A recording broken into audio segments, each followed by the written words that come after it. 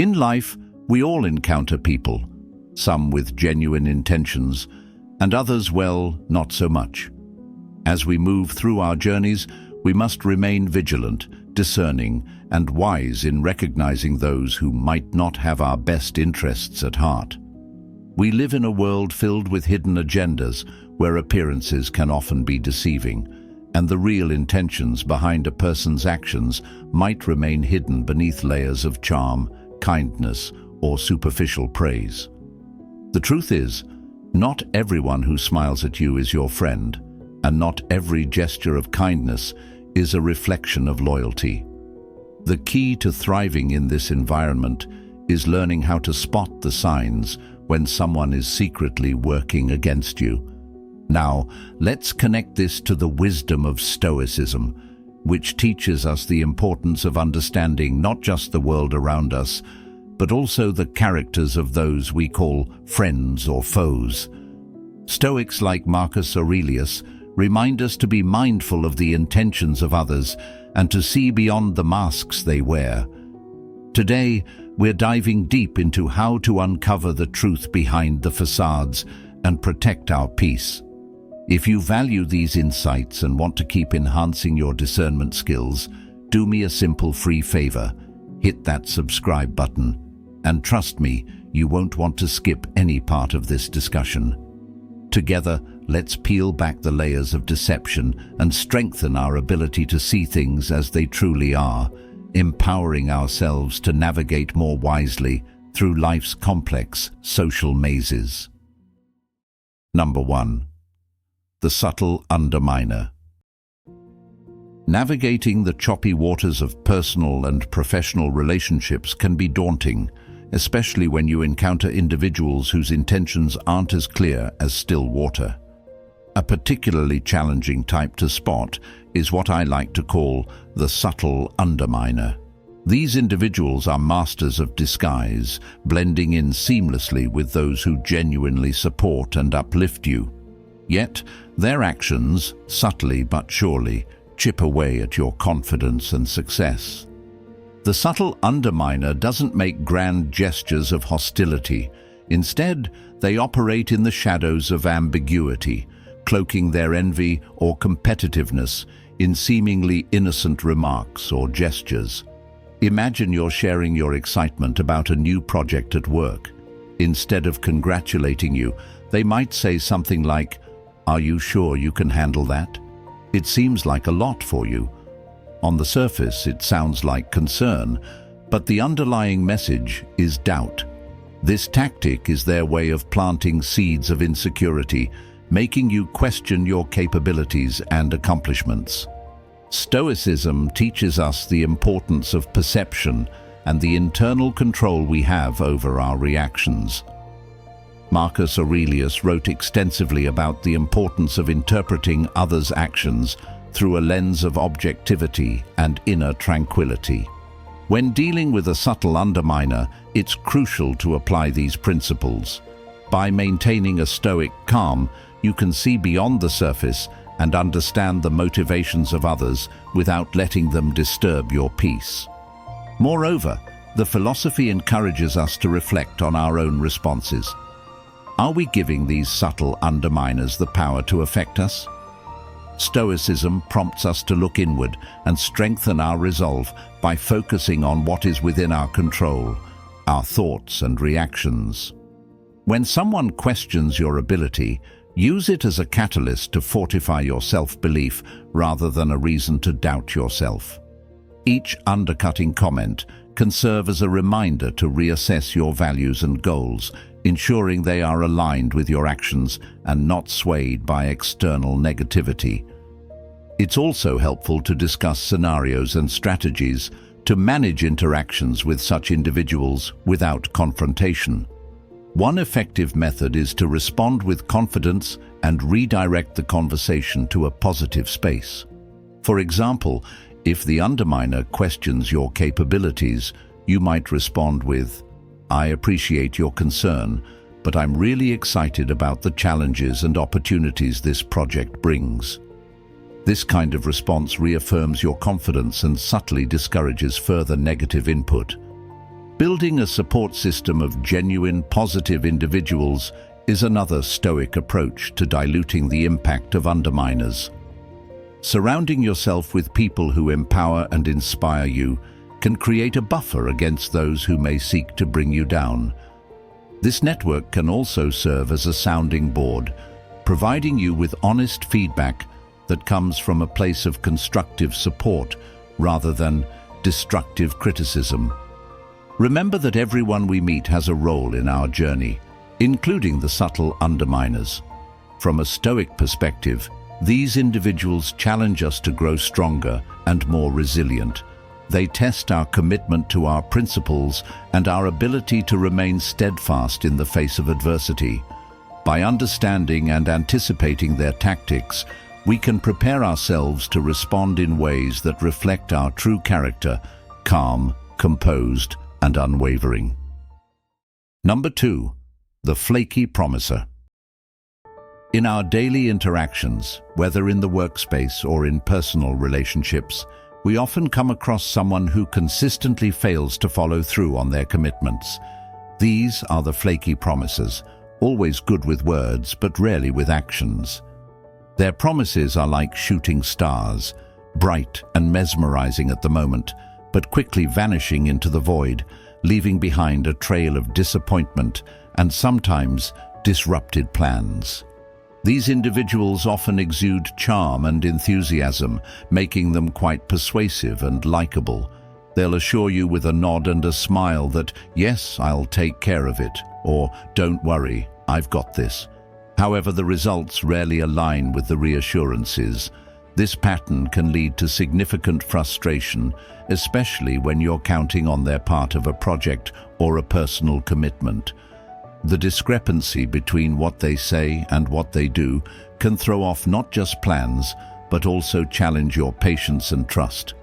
From a Stoic perspective, dealing with a flaky promiser is an exercise in focusing on what is within our control. Stoicism teaches us to differentiate between our actions and others' actions, which we cannot control. Marcus Aurelius emphasized that while we can influence others, their final choices are their own. Therefore, when someone fails to deliver on a promise, it's crucial to manage our reactions and expectations rather than attempt to control their behavior. This Stoic insight guides us to set boundaries and manage our dependencies. If you find yourself repeatedly disappointed by a flaky promiser, it might be time to adjust how much you rely on them. This doesn't mean you should cut ties or react with hostility, but rather strategically reduce your vulnerability to their unreliability. For instance, if a coworker often misses deadlines, plan contingencies for their tasks in project timelines, or discuss openly with them about the impact of their actions and explore more reliable ways of working together. Moreover, practicing Stoicism involves reflecting on why a flaky promiser's behavior affects us. Is it their unreliability, or is it our expectation and reliance on their promises that truly cause us distress? By examining our responses, we can cultivate a more resilient and adaptable mindset. We learn not to anchor our peace of mind to the actions of others, which are, by nature, unpredictable and beyond our control. The Stoic practice of reflecting on impressions, fantasiae, allows us to pause and assess our interpretations of others' promises. Before reacting to a broken promise, consider whether your emotional response is proportionate to the situation. This moment of reflection can prevent a spiral of frustration and help maintain a more balanced perspective, focusing on actionable solutions rather than emotional reactions. Communicating your expectations clearly and assertively is also key. Sometimes, people are not aware of the implications of their unreliability. Honest and direct communication can highlight the importance of reliability in your relationship or teamwork. Explain how their actions affect your plans and feelings using specific examples. This approach not only fosters understanding, but also encourages accountability. Embody the change you wish to see, Be a model of reliability and integrity in your interactions. This not only sets a standard, but also influences your environment positively. As Epictetus suggested, leading by example is often more persuasive than merely telling someone what to do. By being dependable, you not only strengthen your own character, but potentially inspire a flaky promiser to reflect on their actions and consider the value of consistency. Number 3. The silent competitor. Sometimes in the corridors of our workplaces, or even in our social circles, we encounter a type of adversary whose tactics are not overt, but are instead cloaked in silence. This person, the silent competitor, operates under the radar, often masquerading as neutral or even friendly. Yet beneath this facade, they are constantly in competition with us, driven by motives hidden from plain sight. This individual doesn't confront or challenge directly. Instead, they might bypass you in subtle ways, taking credit for collective efforts, strategically leaving you out of important communications, or withholding information that could benefit you. Their actions are not loud or aggressive. Rather, they are marked by a quiet, calculated exclusion and the faint trace of rivalry. It's like they're playing a chess game in which you didn't know you were a participant. In the face of such stealthy competition, Stoicism offers a powerful framework for maintaining inner peace and focus. Stoic philosophy teaches us that the opinions and actions of others are outside our control and thus should not disturb our inner equanimity. Marcus Aurelius advised that we should not waste our energies on irritation at others' actions. Instead, we should focus on our own actions and responses, which are within our realm of control. The silent competitor's behavior can indeed be frustrating and demotivating, particularly when it affects our professional opportunities or personal relationships. However, applying Stoic principles, we are reminded to concentrate on our own performance and integrity. If a colleague quietly edges us out of opportunities, we can choose to speak up assertively and constructively, ensuring our contributions are recognized and our voice heard without direct confrontation that may lead to workplace conflict. Moreover, the Stoics would counsel us to reflect on the intentions behind our reactions. Are we upset because of the competitor's actions, or because we feel insecure about our own status and abilities? By focusing on personal growth and confidence rather than on the competitor's stealth maneuvers, we can better align with Stoic virtues such as wisdom, justice, courage, and temperance. Engaging with a silent competitor also invites us to practice the Stoic exercise of premeditatio malorum, the premeditation of evils.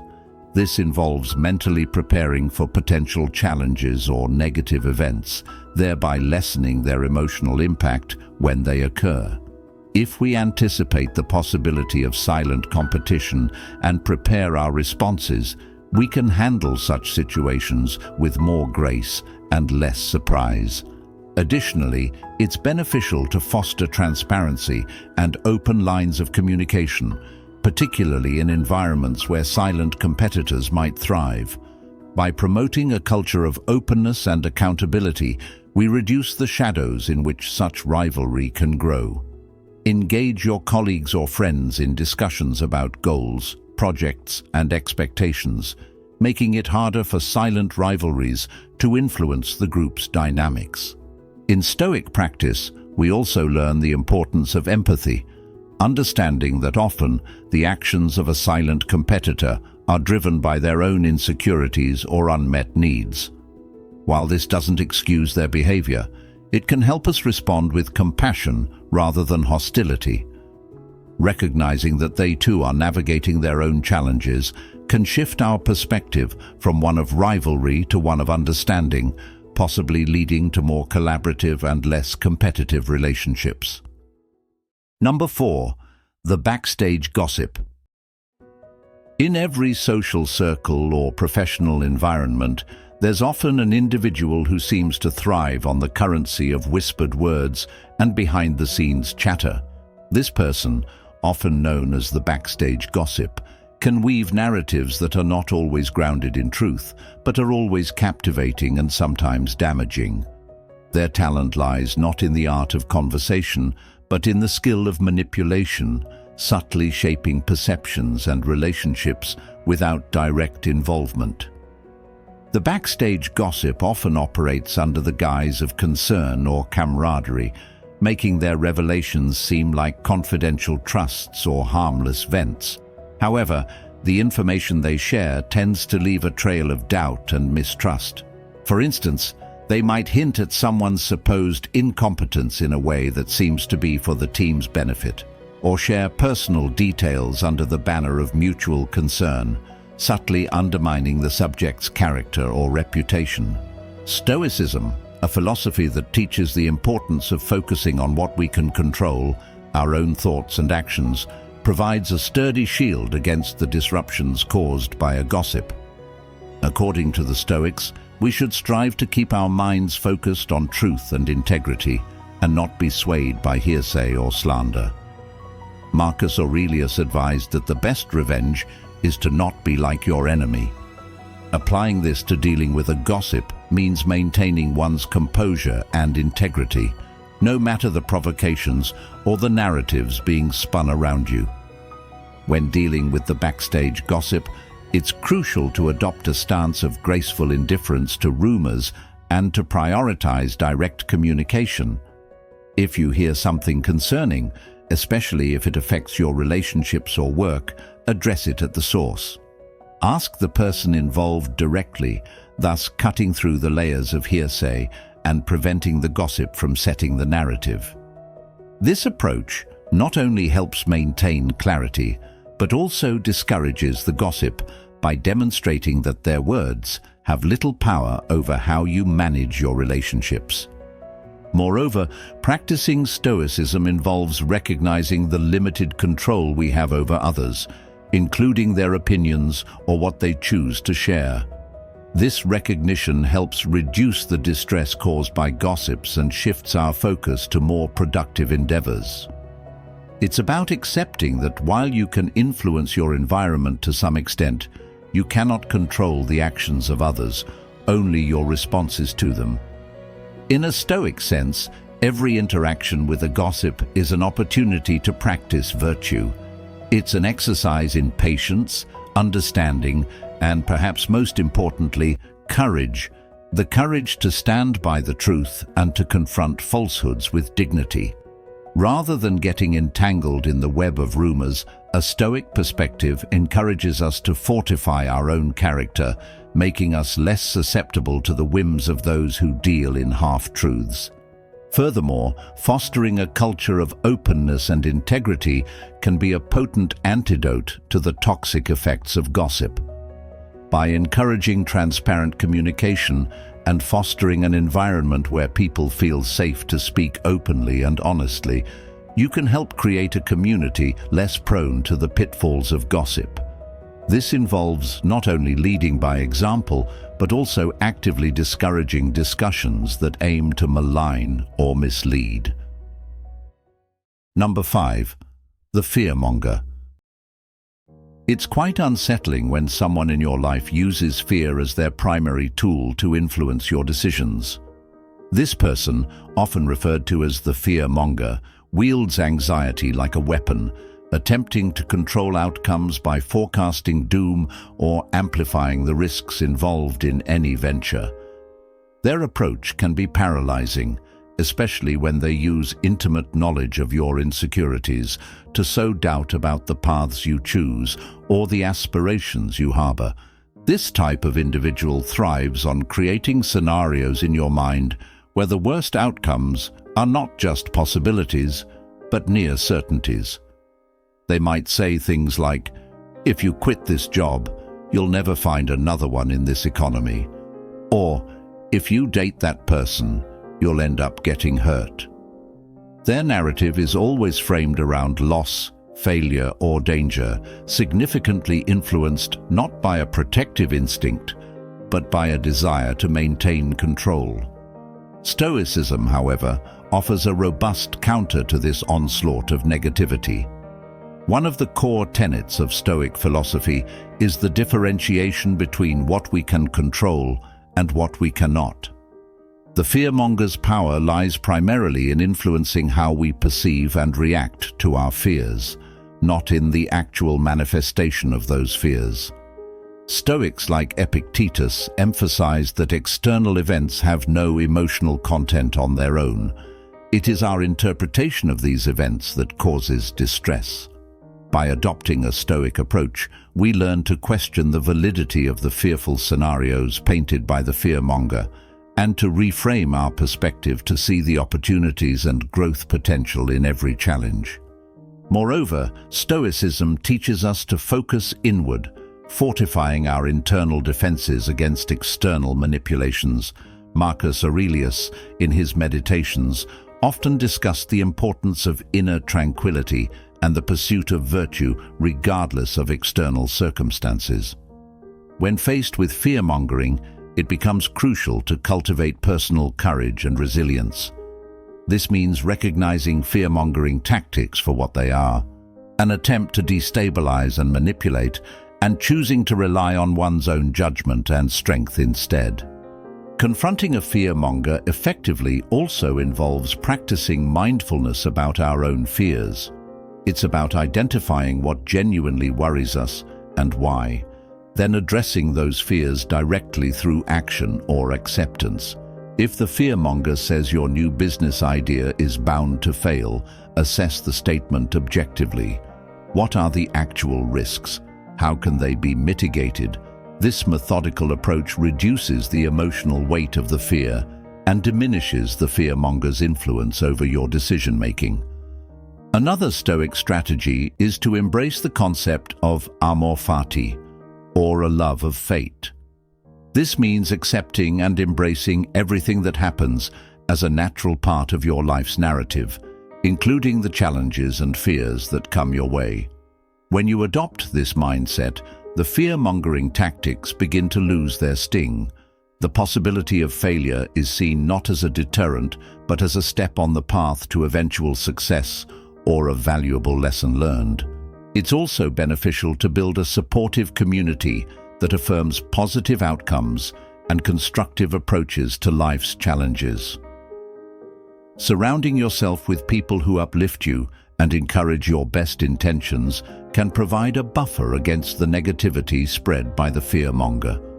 A community that fosters a proactive, positive outlook can help dilute the impact of fear-mongering and reinforce a more balanced view of life's possibilities. At the end of the day, your peace, your progress, and your purpose are yours to protect.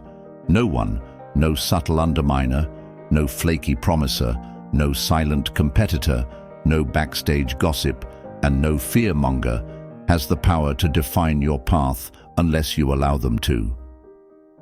The wisdom of Stoicism teaches us that true strength comes not from controlling others, but from mastering ourselves. So stand firm in who you are, move with clarity, and never let the doubts of others dictate your destiny. If this message resonated with you, don't stop here. Tap on one of the suggested videos on the screen. There's so much more to learn and grow from, and as always, thank you for being a part of Stoic Journal. Stay strong, stay wise, and keep walking the path of reason and resilience. I'll see you in the next one.